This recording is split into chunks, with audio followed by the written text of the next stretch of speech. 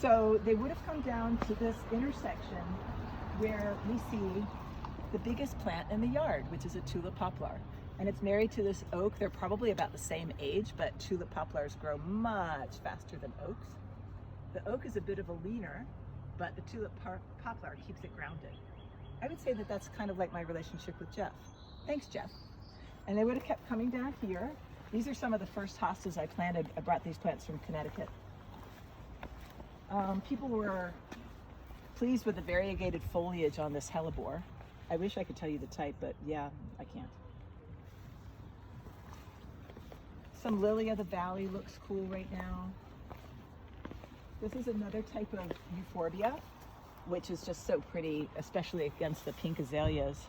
It's a woodland kind of spreader, but I want it to spread here. And then I'm training this mondo grass to go in between the pavers. And it's taking a while because it's a slow grower. Oh, this is a mondo grass too. It's a variegated mondo grass that's not dwarf. From here, they would have gone all along this path.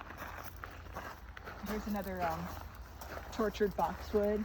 Some beautiful azaleas in bloom. I did not plant those. I think they're pretty good though. Yuccas. Oh, here's my vegetable garden. There's my one asparagus that came this year. What am I doing wrong? I had 5 last year. I don't know.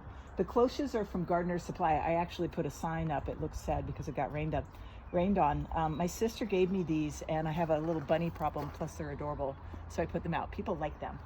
Strawberry patch. And this is my southwestern moment. So you see I have my cactuses and succulents and agaves.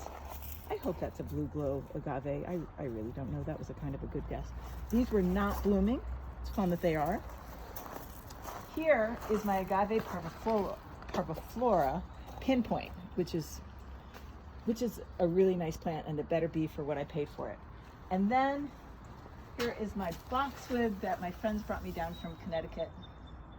It's been here for years. This table was so beautiful. Sorry, there's only pollen on it now, but on the day it had a Caspari setting.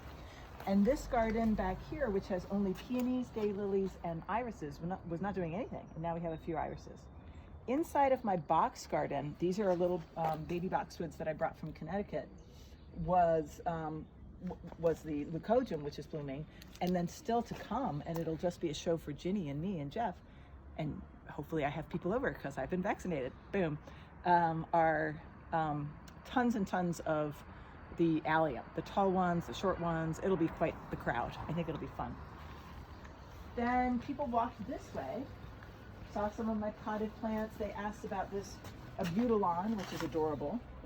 I got that from Plant Delights. This is my lime tree, many gin and tonics to come. A nice collection of pots over there. And then they would have come into my crazy porch.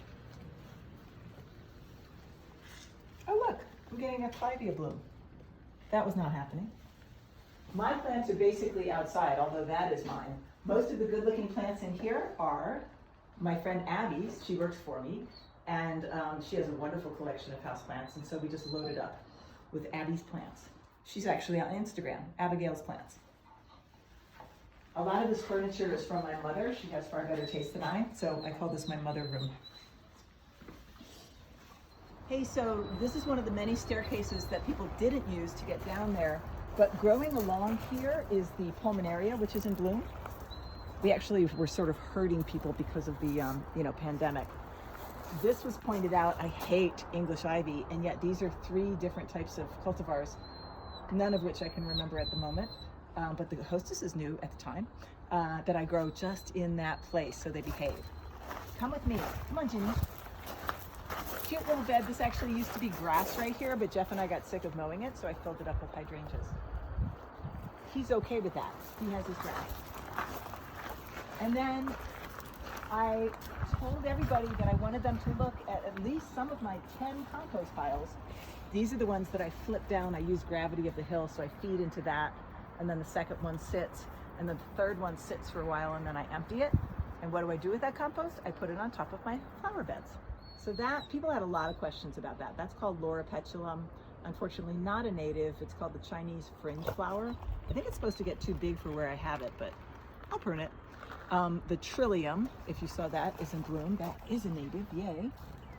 And then the other thing that's pretty cool on this path is, I have all new oak leaf hydrangeas, which will hide my watering system.